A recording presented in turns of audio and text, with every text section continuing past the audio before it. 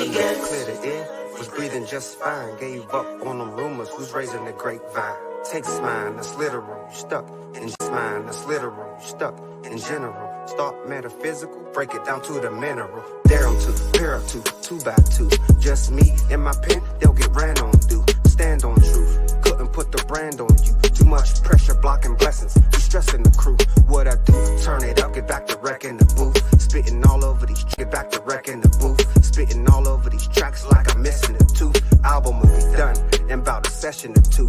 Then the G&Me family got some flexing to do. Let's get it. Oh, yeah. This is as real as it gets. I done came too far to expect anything less. To expect anything less. I took many losses. Probably won't be my last. But all I know is this is as real as it gets. This is as real as it gets. Must I give?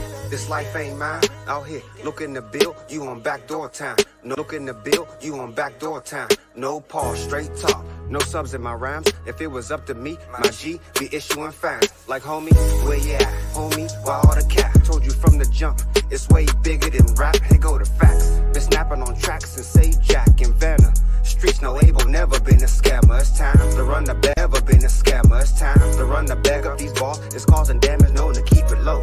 But your boy, he been a savage, we over. Going backwards, the team is living lavish. Making orders to travels where they speak English and Spanish. Oh, this is as real as it gets. I done came too far. Done came too far to expect anything less. I took many losses, and it probably won't be my last. But all I know is this is as real as it gets. This is as real as it gets. Oh, oh, oh, oh, oh.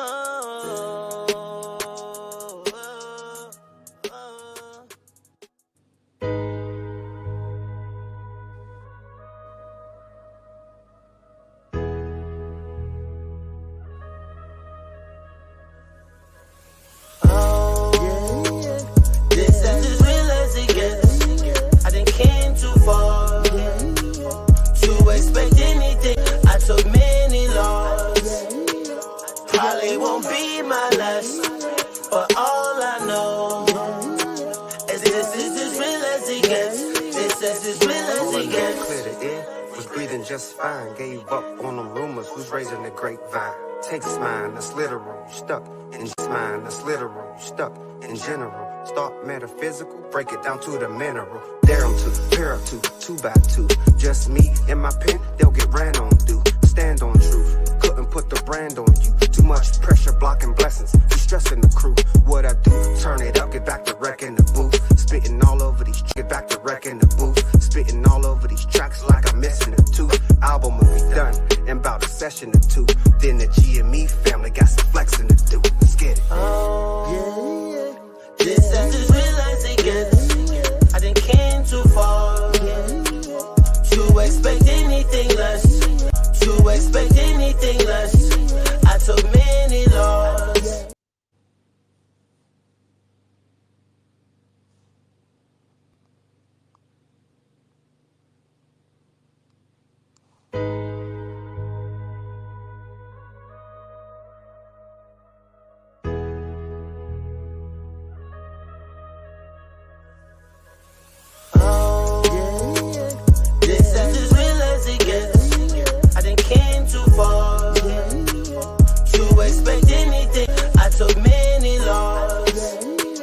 Probably won't be my last, but all I know is this is as real as it gets.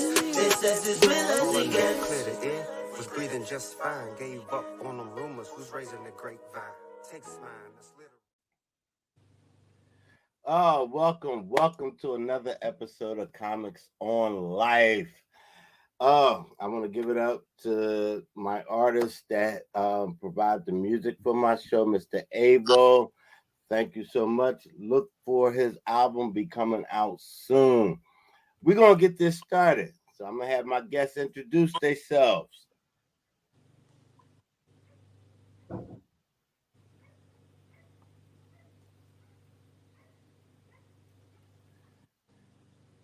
Is she muted? Are you muted, Lane? All right, we're gonna come back to Lane. We're gonna check with her sound. Hi, I'm Misha Swain. I'm in Columbus, Ohio. Hey, Misha, how you doing? Good. How are you? Hello. Hello, I'm Freddie Simone, Columbus's own, always rocking jokes on the microphone. Hey. Oh, comedian and rapper. Okay, next. I'm Joel Cooper. I'm at a split time between Freeland, Michigan and Phoenix, Arizona.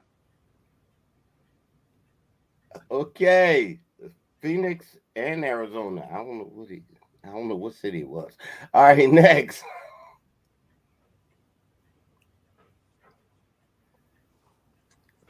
Hello. Hi, I'm Arlisa Brown. I'm from Bayshore, New York. Bayshore, New York. New York is in the house. What's going on? It's your boy Mark Faison from Columbus, Ohio. Had to come through and show comics life some love. All right.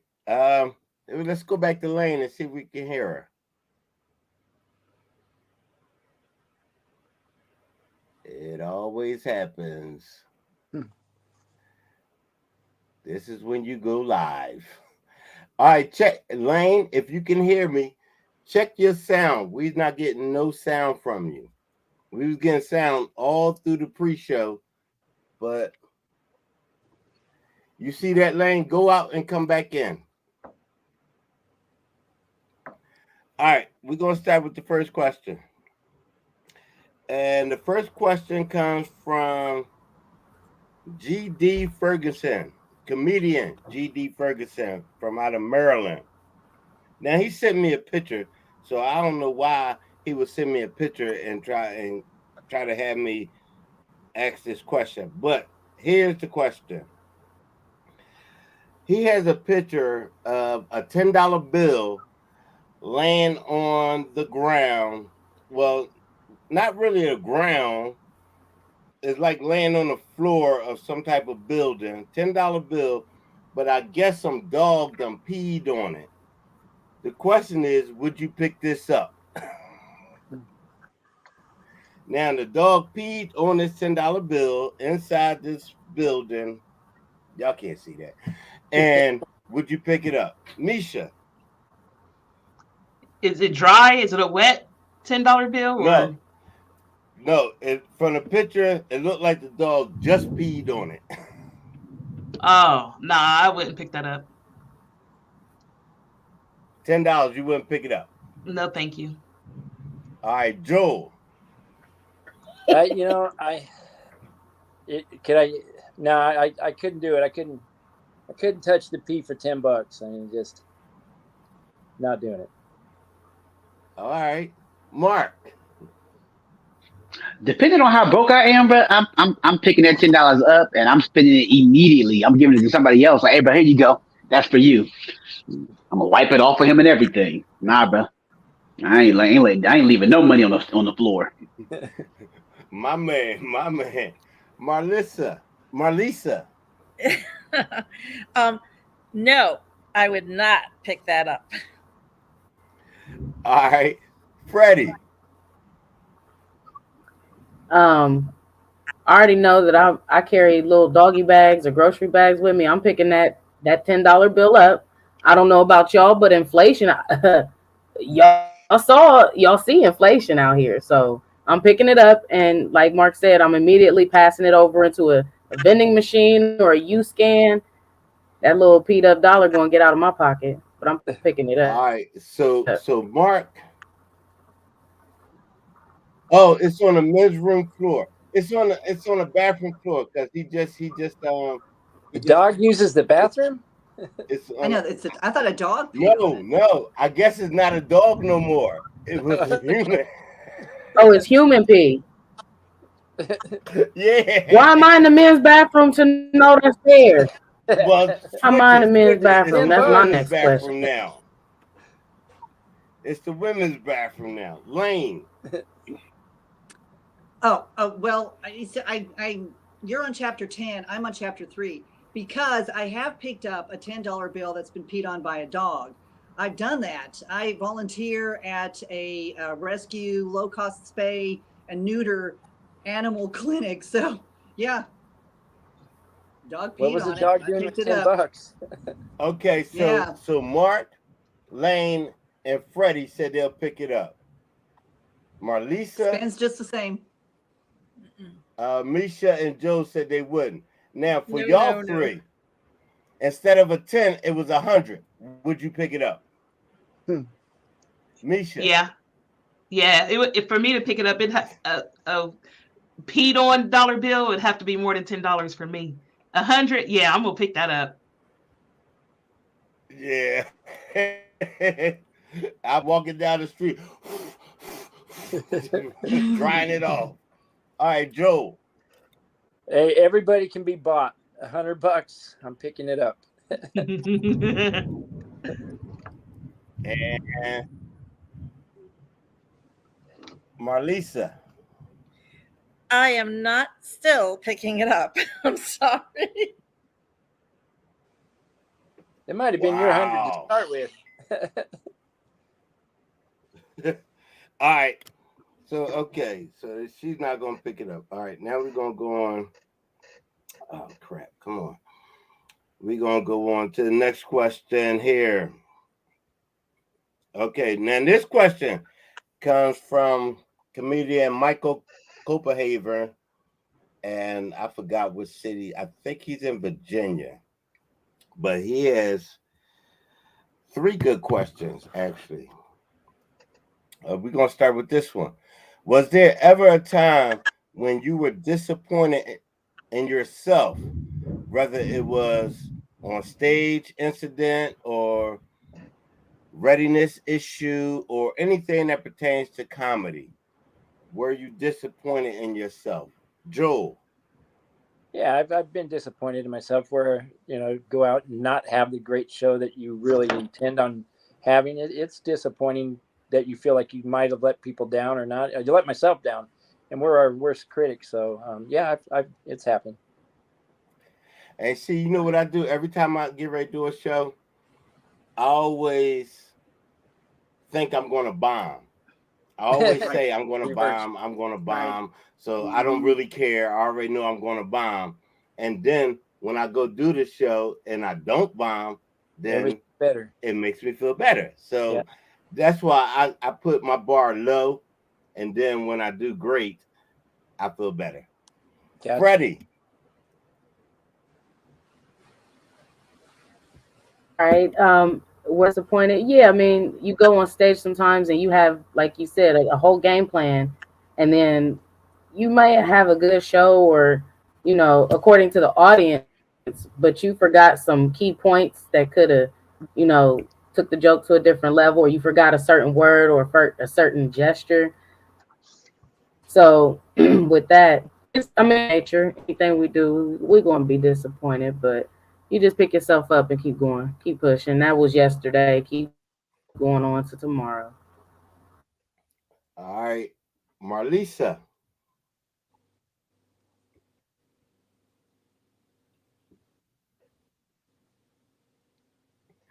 Marlisa. Oh, everybody froze? I'm good. I'm good too. Oh, Marlisa froze. Okay, Mark. For me, I would say it was a time I was early in my comedy career, and somebody reached out to me and was like, "Hey, Mark, I want to do an article on you, like a little piece." And I'm like, "Man, I don't think I'm ready to have no articles written about me being like a up and coming comic." Like I was kind of like, hey, I was being kind of humble, and I passed on this opportunity. It was a really, really big opportunity. It was like a big magazine article in the city that was really big, and I missed out on my opportunity because I got in my head and I was like, oh, I didn't think I was deserving of this. But my homeboy hit me up and he was like, nah, bro, if somebody would give you that look, that's for you. So don't ever turn that down. So if somebody says, hey, I want to do an article on you, or they want to interview you, I took it and I learned from that mistake. So never again. All right, good. I don't turn nothing down. I see the news people out there. I'll be like, hey, I seen everything. I ain't seen nothing, but I'm Oh. getting on TV. All right, Misha. Yeah, I remember my first magazine launch party. I was very disappointed because I didn't really set an itinerary. And so I remember after the show, Howie Bell, he's so outspoken. He had a huge talk with me, and that's when I learned like timing on stage. So Oh, okay. Lane, I don't think Lane heard the question. Did you hear the I question, did. Lane? About Okay. have I ever been disappointed? Yeah. About a year ago, I did a stand up, and I'm with you, Stefan. It's like I'm just going to go in, and when I practice my sets, I pretend there's no laughing. I just kind of plow through, and if I think it's funny, then I'll just move on. And this particular evening, there were these two young ladies at the front of the stage, sitting on the front row, and they chatted through everybody's set. And I just thought, why are you spending $10 per person to come in here and talk to everybody's set? So it was a 5-minute set. I was 30 seconds from a clean getaway, and I just had to call these young ladies out. But I sounded preachy. I didn't have anything to back it up. And then it was like my big finish was there was no big finish. So I decided, nope, I would never do that again. And just an interesting little tidbit, I did the same set 6 months later, and I absolutely killed with that same set that was bombing so bad that night. Lane, that $10 they spent on their tickets might have been from that dog. Yeah. Hey, was $10 this is $10 was this a while ago? for me. Yeah, did This it was happen like years ago? No, I've only been doing comedy for 4 years, and then you had the pandemic. So this was a year ago. So I didn't have because of the pandemic, I didn't have a whole lot of time under my belt, how to deal with, crowd Was it work after or the anything. Oscars? Was it after the Oscars? Because you should have just went up there and smacked them. You would have had a reverse thing going on. Yeah, it's a comics term this time. Yeah, no, Yeah, one or two, the one or comedians two, are but smacking people now. yeah. All right. All right. All right. Marlissa getting ready to come back in eventually. This looks like some Star Trek thing. All right, we're gonna go into the next question. All right. Have you ever been offended by anything in comedy? Be specific. Mark. For me, I wouldn't say offended, because at the end of the day, most things you can kind of get off as long as you're funny. So be more funny than you are offensive is my rule of thumb. Like, don't just get up there saying stuff just to be saying it. Like, if you're gonna say it, you need to be intentional about what you're saying, and you need to be clever with it. It needs to be insightful and thought provoking if you're gonna say it. Like, I'm not expecting everybody to be George Carlin, but if you're gonna say something that can ruffle some feathers, you need to be tactful in saying it. Is my thought process. But yeah, I've never been offended. Like I said, I believe in freedom of speech, and I want comics to have that freedom to their art.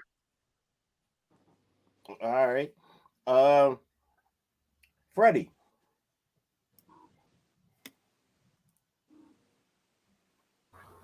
Yes, I completely agree with what Mark said. Excuse me.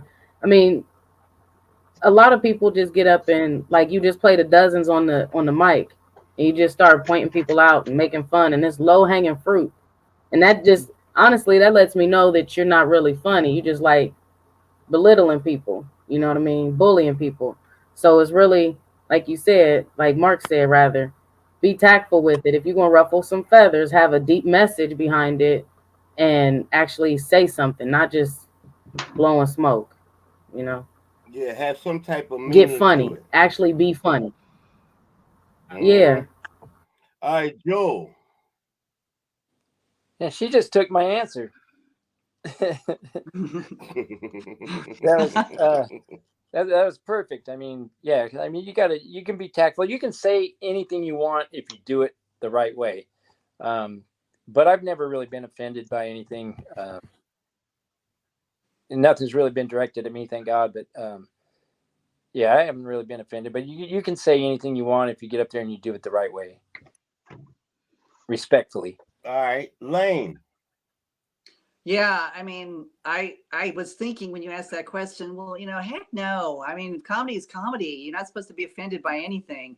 But ironically, that same night a year ago, when the two young ladies were chatting, the comic just before me was very lazy, using, dropping lots of F-bombs and everything, and just kind of laughing at her own jokes, not funny. And then she talked about her 9-year-old daughter in the crudest, most, nobody should ever talk about their 9-year-old daughter the way this woman talked about her. And I have to say, she went on just before me, and I don't want to blame it on her, but that just kind of took some air out of me. I was like, what is this woman doing?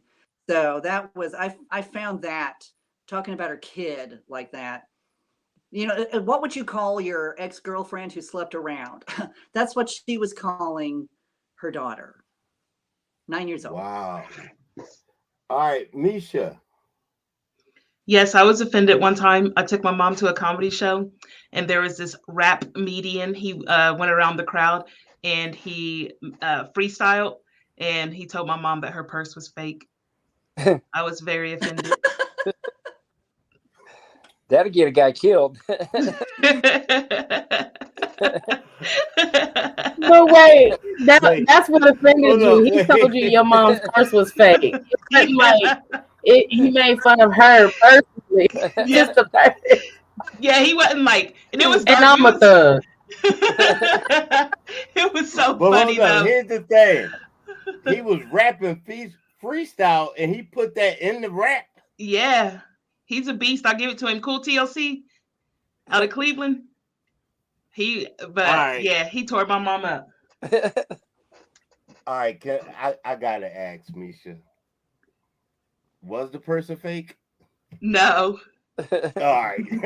Yeah, it wasn't. But he put it together very well, but nobody else could see. It's like laying on his table. It wasn't. That's why I was offended. Like, man, go to the next table. How about that? All right. Marlisa. Hey, how you doing? I'm back. All right. Did you hear the question? Do I have a question? You want to know if there's anything lewd I saw on stage from another comic? No. The question was, have you ever been offended? Wait, I gotta go back now. Have you ever been offended by anything in comedy? Be specific. Well, yeah, I was at this show one time, and this guy came out, and he was like really, really, really sleazy looking. And I thought nothing could get worse until he opened his mouth, and then he started doing some lewd things with the mic. And I don't even know how he ever got on stage. It was a real show, like you paid for. It wasn't like just open mic. And I just wanted to walk out. I didn't walk out, but it was like the most disgusting thing that I've ever seen from a comic on a stage. Wow. I did one show, and this one comic, actually I was headlining, and he was like the opener, and he pulled out how can I say this? This is a nice show. He pulled out a woman's toy and was walking up and down the aisle doing his jokes with it. And when I seen the promoter didn't do nothing, I said, because I get paid before I even perform. As soon as I walk in the door, they gave me my check. So as soon as I seen that, I looked at the promoter. I said, I'm out. And I left. I said, I'm not going to be in no mess like this. Everybody was like looking like, what is wrong with this guy? And I was like, I'm not going to follow that. I'm not going behind that. So that was the one time I was really offended. I was like, that is truly disrespectful. All right. This one comes from a comedian, Brad Ryan, out of Pittsburgh. I need my glasses. What is most important to you in regards to doing a paid comedy show? The money or the people in attendance? The number of people in attendance. What is most important? Marlisa. Okay, to me, the most important thing is the feed I get back from the audience. Like I get high from my audience, and it doesn't matter. I mean, I like it if there's a big audience there, but it doesn't matter if there's like 15 people there or 250 people there. If I'm getting like good back and forth with the audience, that's the most important thing to me. Money second. All right. Lane. Are any of us doing this for the money? Just curious. Oh, yeah. No, I'm not doing it. Absolutely. I agree with Marlisa. There is no better feeling for me than making people laugh.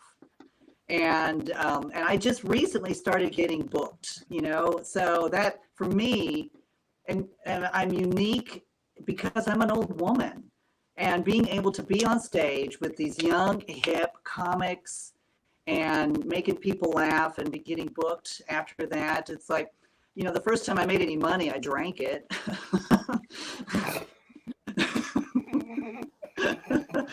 I just wanted to celebrate, so yeah, no, it's not about the money. It's just that feeling, that high. All right.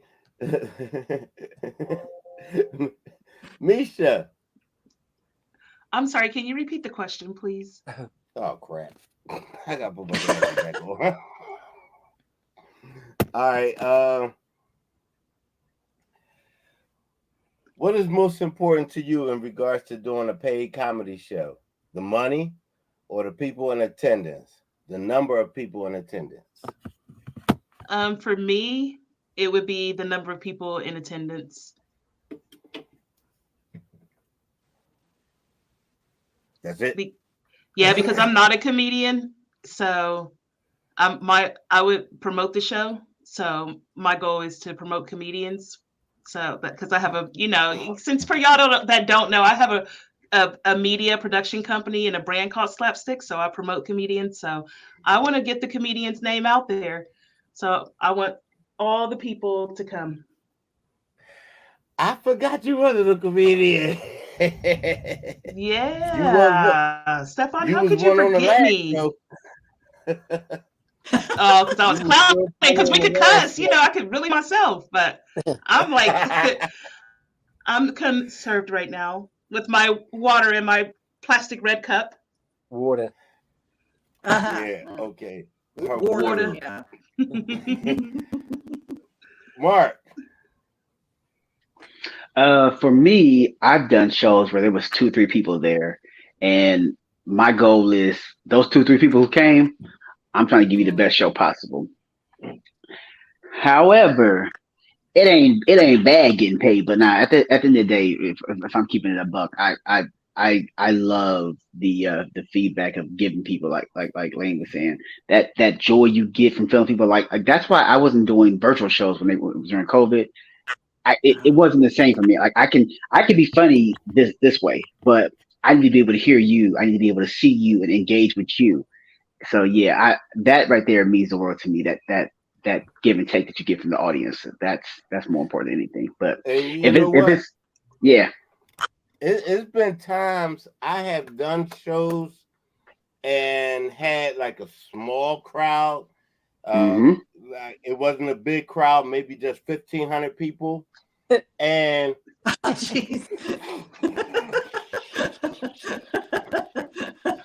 and many of them were alive. I have done shows where it's been a small crowd, but they gave me so much energy that before I finished my set, I bought everybody a drink with the money that they was paying me. I spent it all on the crowd, buying everybody a drink because I love the energy. I don't give a darn about the money. It's just the feeling that I get for when you make people laugh and they like loving you. That's what makes it. Freddie.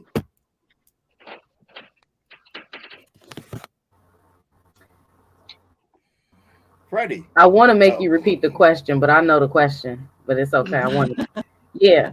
No, for me, it's the feedback. Like everybody said, it's the feedback from the audience members. If there's two people in the crowd, I call those our support groups. We about to just talk it out and work it out. And I make them laugh still, whether it's 2 people or 50 people. The secondary is honing my comedy skills while I'm up there on the stage. Did I hit every, did I hit every point that I wanted to? Did I learn something from this set with these 2 people or 50 people? And then thirdly is the money. Now, I'll say that locally. Now, if you're trying to get me out of town, you need to say something about the money up front, though, because I'm not driving 2 hours in Ohio to Cleveland to sit there for free. I just can't do that. I'm so sorry, Cleveland, and everybody else, but yeah. All right, Joel. Yeah, and I'll be I'll be honest. I'll keep it short and sweet. Money's important in a way, but it means more to me to have more people in the audience because that means more money. All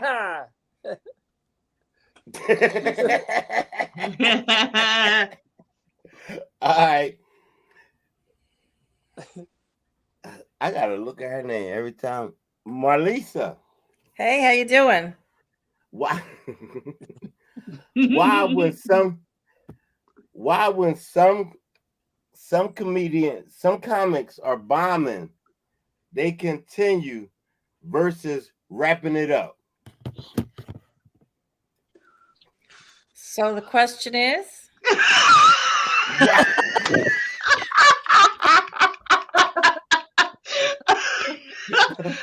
The question is, why when some comics are bombing, they continue versus wrapping it up?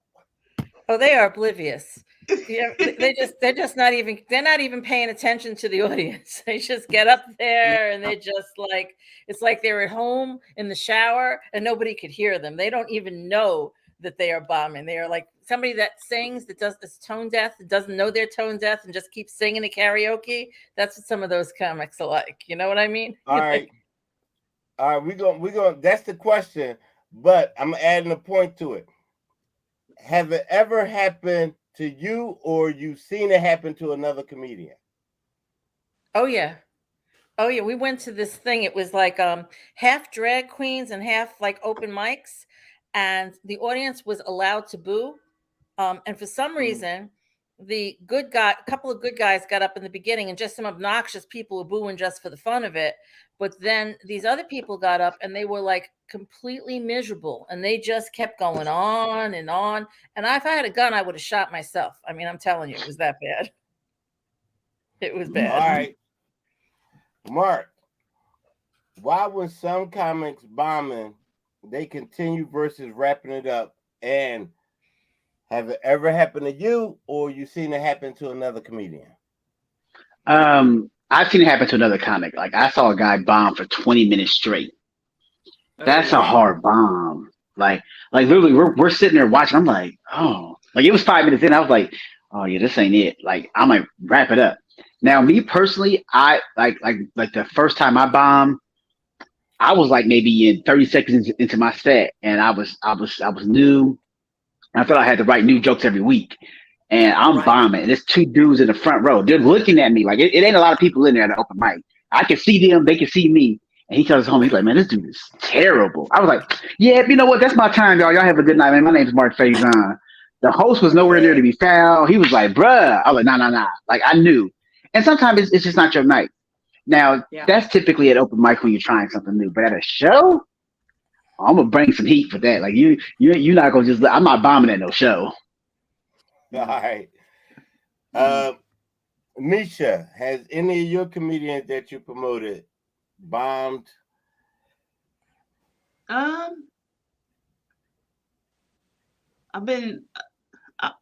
don't think so. Oh, yeah. Yeah. Said, oh, yeah. There's one guy, he's been doing the same jokes since I met him like 15 years ago. and he's still doing the same jokes. So yeah, You gonna drop that name? Yeah. I want to. Y'all know who I'm talking about, though. I have a feeling I do. I'm going. I have a really good feeling I do. Wait, I'll here's tell the y'all. question. He's been doing the same jokes for Kid 50 you not. years in the same city. The same city. He got an open mic right now on Wednesday nights. Why? Look at okay. Mark. Y'all know who I'm talking about. Look, they both fell out. Soon as this show is over, they go into his open mic.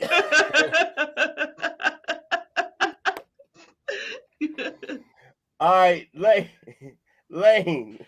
Yes, well, yeah, and I'm with you, Mark. When I first started, I thought I had to do something new every night, and I got up there like the third time open mic, and it was a bunch of 19-year-olds. They couldn't drink, and they had come to watch their buddy go on stage for the first time, and he was terrible. I mean, he bombed. But we all kind of bombed because the audience was these 19-year-olds.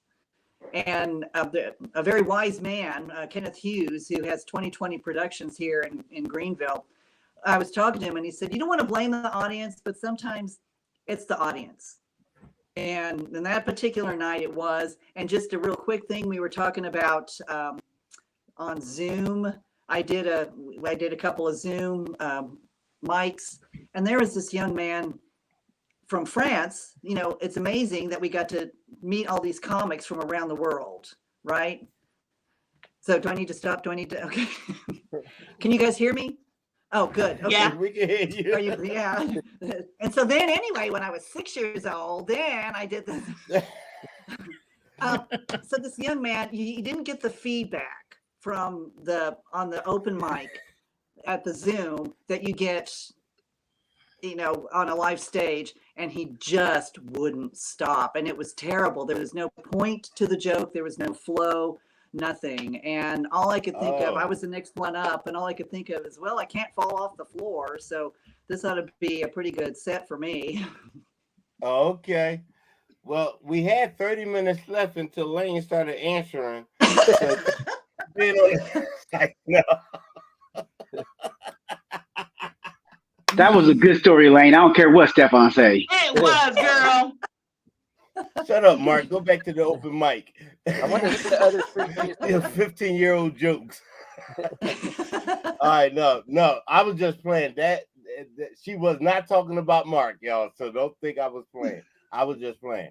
All right, Freddie. She needs you to repeat the Said question. yes. Typically at every open mic. What was the question? You want the question repeated? Okay, thank you. Oh, when comics are bombing, they go to questions. You know it. Okay. So when comics are bombing, it is painful to watch. Like Marlisa said, you just want you want off yourself a little bit. Like, oh my gosh, like a lot of them. That's every open mic, but at the same time, you can bomb at the mic because you're trying new material, and it should be a lighthearted thing. It shouldn't be that, you know, that perplexing. That being said, a lot of comics, they get up there and start writing their thesis or reading their thesis or dissertation. They don't have no punchlines. They just have their life story from when they was 2 or something, and that's supposed to be funny. It's not. But yeah, and like the host should come up and show a light and get them off the stage real quick because it's painful. Trust me. Yeah. Painful. Joel. Can you repeat the question? No. You know, I've seen it happen, and it's happened to me too. I mean, I bombed one night so bad that I think they put me on the no-flight list. Pretty bad. So it happens, but what they do is they're looking for that one big laugh, that one joke to hit so they can leave feeling good. And if it keeps going Yeah. and it's bad, you just got to cut it loose. I mean, I've actually done sets where I go out for 7 minutes and I've done 3 minutes and just walked off. You know, if they weren't feeling it, I was like, hit one and then good night. See you later. I did this. I'll never forget this. I did this one show, and the guy that was opening for me, I sat way in the back, and the guy that promoted the show, like half the audience was his family. So when he got on, he just started out. Who was talking about people doing the dozens or whatever, and talking about people, bullying people? That's Freddie. Okay, that's what he came out doing with the audience, but he didn't know the audience was the promoter's family. That shut down the whole crowd right there. That shut it down. So he kept on going, but like I was way in the back, and like in the middle of the road, this guy had like this Cricket app on his phone or whatever. So when you hit the button and do the chirp chirp cricket sound, so every time this Did he dude get did it? a joke, he would hit the cricket sound. Everybody would crack up because they know they wasn't laughing at the joke, they were laughing at the cricket sound. But he thought they was laughing at him, and he kept on going. But I can hear the cricket sound. I'm like, no, it's not for you, man. Please, just stop. Just end it. And I felt so bad. I was like, and after the show, I seen him walking towards me like he wanted to come talk to me. I said, if he come to me and talk to me, I'm gonna tell him. I'm gonna be like, yo, you an idiot. But that's real life, Sam. That's real life, though. Like, because after a bomb, don't come touching nobody after you bomb, bro. You need to get out the mic. You need to get out the show. Go somewhere. Go to the car. I need that energy. Don't bring that juju over this way. Don't dap me up. Don't high five me. Nothing. Keep it moving. All right. It was another one question. Oh wait, hold up. Wait. Oh, let me go to here. All right, this question comes from a comedian in Columbus. What's her name? Freddie. What's the most discouraging thing you learned about comedy, and what helped you get past that discouragement? Freddie. Yeah. So for me, the most discouraging thing I've learned about comedy is, and this You is need I'm me to repeat the question? y'all lucky this is the clean show. Nope, I got it. I got you. The most discouraging thing I've learned about comedy is, as much as positive as people are and embracing, like, oh, you doing comedy, they ain't really happy about you doing comedy too. Like, and that's you're their competition, and they're gonna talk and be happy in front of you, but unfortunately you have haters and things. But what got me past it is the fact that some of those people been doing comedy for a while, and I just started, and they hating, maybe they just haven't put in the work they need to. And I'm doing what I need to do, focusing on me. Maybe that's their problem. That's all. I remember it was, oh, wow. And that I have haters, but I just noticed. Huh? I don't have haters. What'd you I say? have fans in denial. I didn't hear you, Freddie. What you say? You muted. Oh, go ahead. I didn't hear the last thing you said. Who, me? Yeah. Oh, I just said I don't know if I have haters, but I'm just putting it out there. And then Joel had replied. Yeah, I said that I don't have haters. I have fans in denial. Yeah. I like that. Me too. All right, Joel. Crap. What was the question? You tell him, Freddie. Repeat the What was question. All right. What's the most discouraging thing you learned about comedy, and what helped you get past that discouragement? I I think clicks. You know, there's a lot of clicks out there. People get in clicks, and I just stay out of them, man. I just, you know, I go, I do my comedy, I try to help people out, do whatever I can, and I get out of there. And I don't get into the gossip or the drama or the clicks. I just, you know, I just want to do my thing and go home. Now, see, that's the thing. Like every city, they have comedians, this clique and this clique, this clique and this clique. You know what I mean? Yeah. They had that. But see, this is what Comics of Life is trying to build, one big clique with comedians from all across the world. So you want to shoot, I forgot to announce. We are now on in the UK. So we're going to have our first comedian on from the UK in May. So I'm excited about that. And I'm also excited I'm having my first comedian on from Hawaii, which I thought was another country until recently. But Stefan, you know how we were telling you about stuff not to mention on live or anything like that? That's another one you should consider great. Thank you, Mark. Don't tell nobody else that. Brother, that's well, they only Thank been you, Mark. part of the United States for 5 years. it's Oh, yeah, they sure have. You right. you know what? Thank I'm you. gonna let you have it. Thank you for the support, Freddie. All right, Misha. We were talking about hold on, I remember. Oh, you want me to repeat the question? Okay, that'll probably help me, please. Thank you. I think y'all doing this on purpose.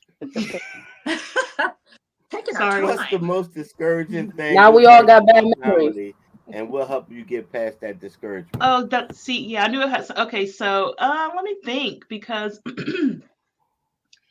so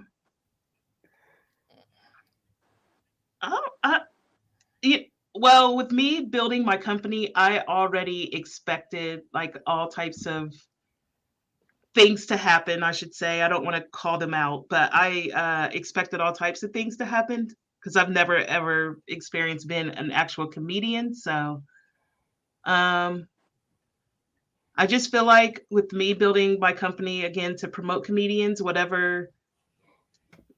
I just try to tackle anything. I mean, even if I get a no on something, it just makes me go harder. So whenever I am discouraged, it just uplifts me to keep going and doing even more, since I don't have any stage experience. You know, they say whenever, like, I forgot how the saying actually go, but when discouragement comes your way, that's God's way of making you stronger. Yes. Mhm, Yeah. mhm, mhm. Well, All that's right. discouraging.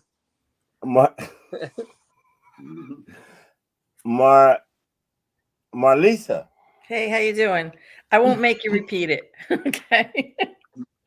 So what's discouraging to me since I got into comedy? Well, two things. One is, I'm older. I hate the high stages with no steps. That like scares me more than anything. I got to tell you. Okay. I'm looking up there and worried about what I'm going to say. I'm worried about how I'm going to get up on that stage, get off the stage. And sometimes it makes me crazy, like when a host tells you one thing and then they change it before you go on, and then they change it again. So like it's like I've been on things and they'll say, okay, you got like a 15-minute set, and then before you go on, they go, oh, you know what, we got to change it. You got to do 6-minute set, and then they go, okay, back to no, you got to do 4-minute set. No, you got to go back to 10-minute set, and then people get up there and they're just doing whatever kind of amount of time before you. It didn't make a difference of what the time is, and the host didn't care. So I'm like, why'd you make me nuts before I got up there? I mean, give me a break, I keep thinking in my head, well, I got to cut this. I'll put that in. I'll take this out. I'll put that in. Next thing you know, she's like, they're going like this, like, keep going. Like, you just told me to finish in 4 minutes, and now you're giving me the keep going thing. Oh, man. All right. So her biggest thing is steps. So, okay, Lane. Yeah.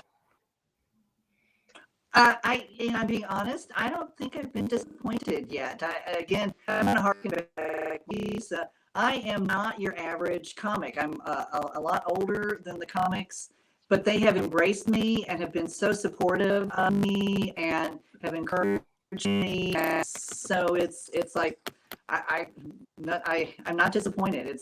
I keep going and want to get better, so that all of this can continue. Okay. Well, that was No, I'm Do you just, hate I'm me? just, Do you just No. hate me? no, your sound is kind of, your sound is like I'm watching Star Wars with R2D2, some talking in the background. Your sound is kind of messing up a little bit. But I'm a boomer. Who knows? well, we only got 15 minutes left, so we can deal with it. We only got 2 questions left. All right, Mark.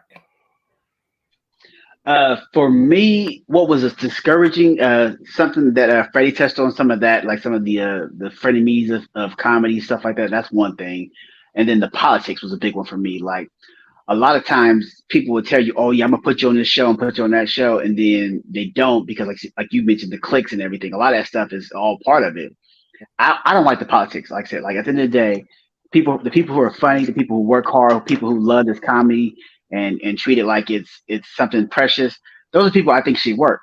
It should be about, like, those are things that shouldn't be important to me. It shouldn't matter how many followers you have and what kind of pull you got. Like that stuff is, I get it. You know, you got to get butts and seats, but it's just it taints the comedy world for me. Like I hate that aspect. Like you'll see somebody on tour and they got like 2 jokes. I'm like, bro, what?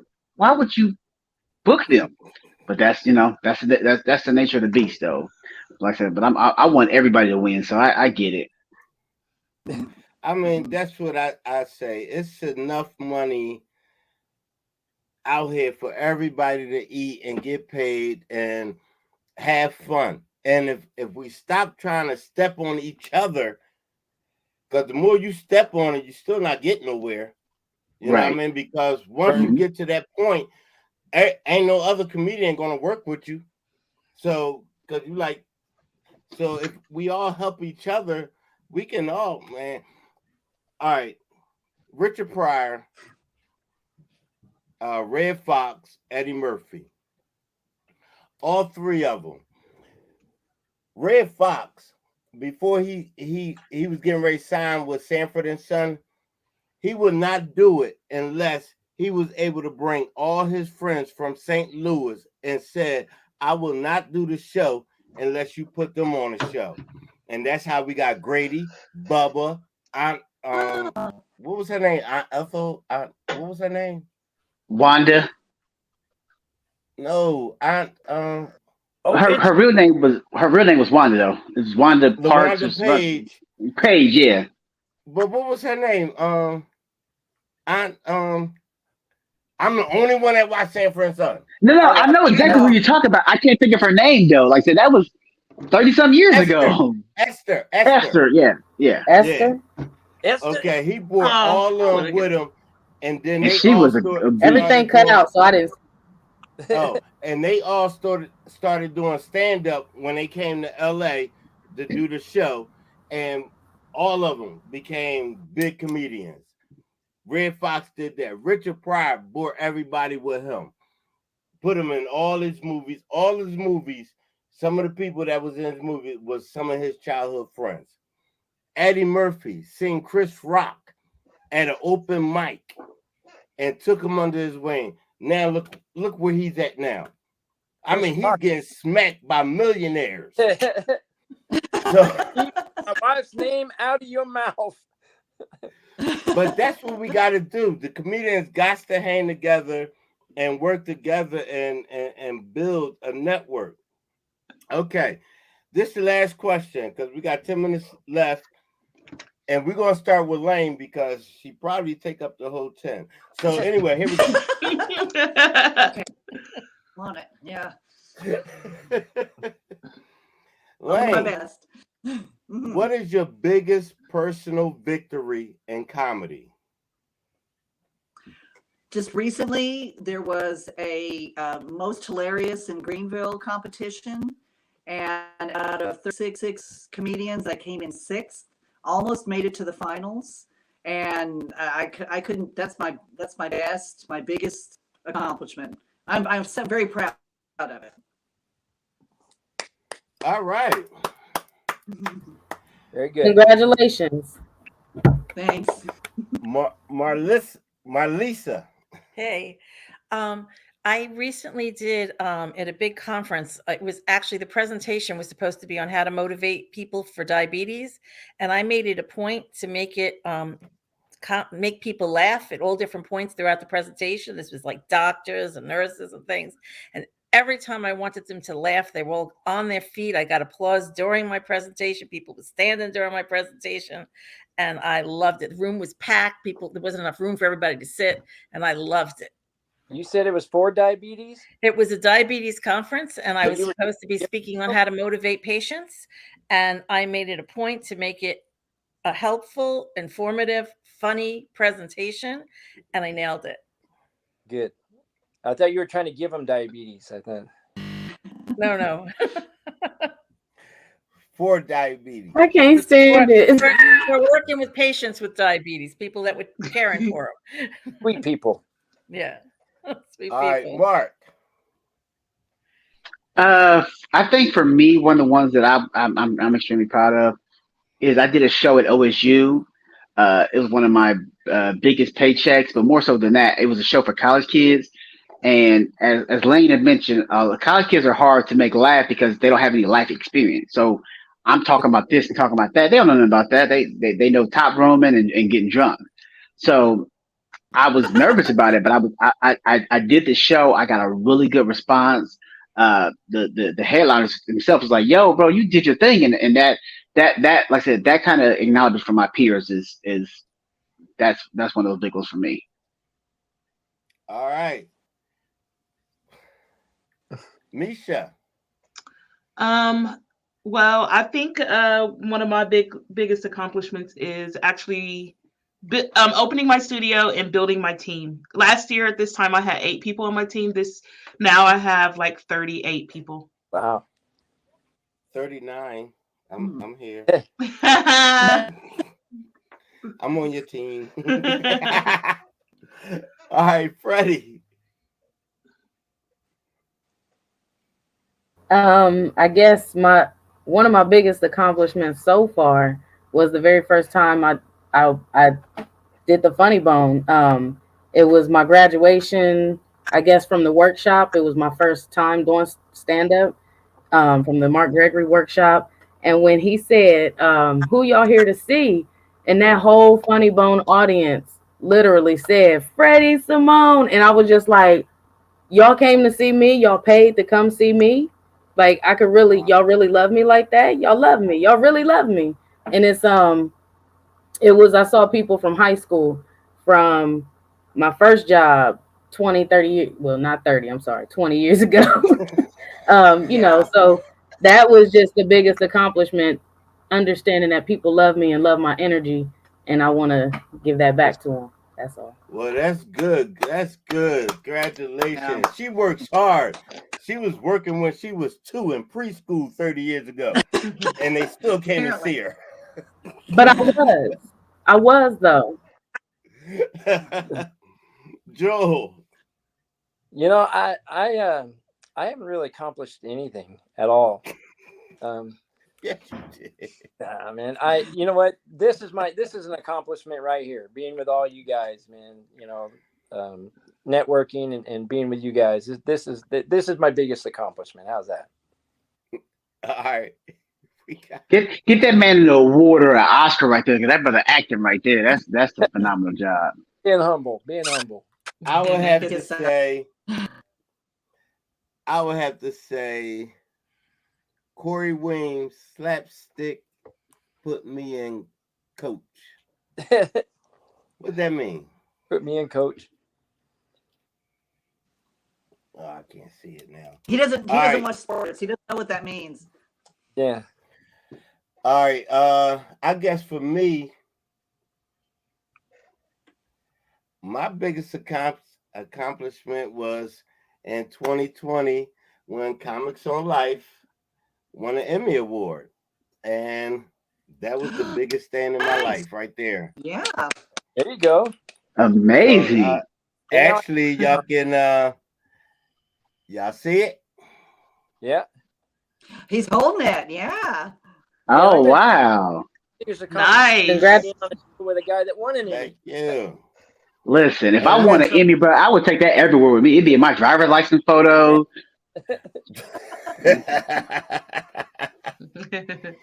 But when they called me and told me I was nominated, I said, I don't want no enema. And they said, no, not enema. You got an Y'all award get for that? that? Did that go over y'all head? No, See, right like now. keeps it. Hey, that joke. All right. That's We another got one. Keep that 5 to your minutes. We got 4 minutes left. And I'm gonna let y'all shout out anything y'all got coming up. 1 minute. 1 minute. Shout out what you got coming up. We're gonna start with Lane first. Okay, Sunday night I'm at Social Latitude in Greenville, North Carolina.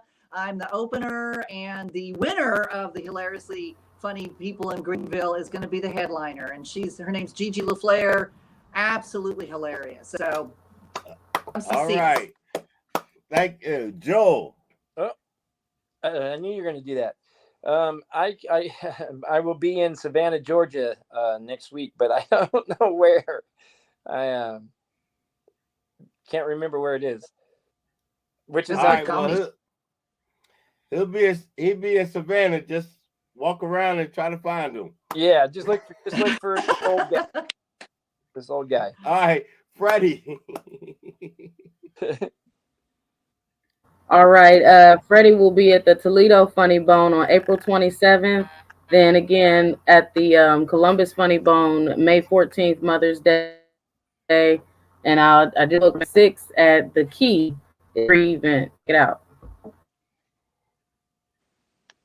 All right, Misha, what you got planned? Well, I would like to take a vacation, but I would like to encourage everyone to visit my site. My website is comedyslaps.com. Comedyslaps.com. Remember that, comedyslaps.com. Lisa.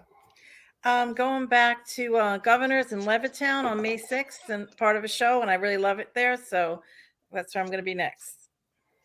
And Mark.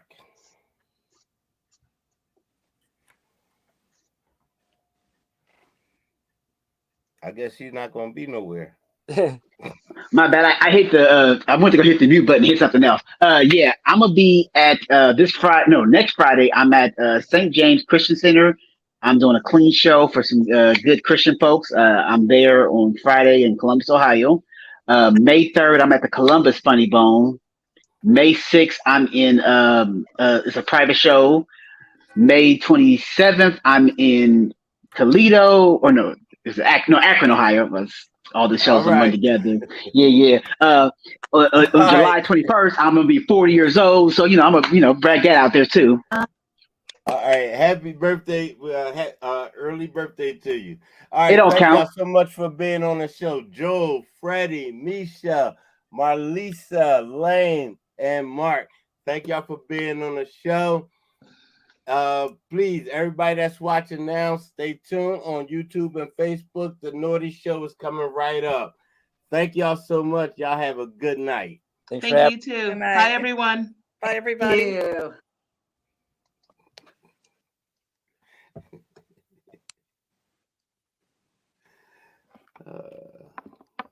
Baby, send me some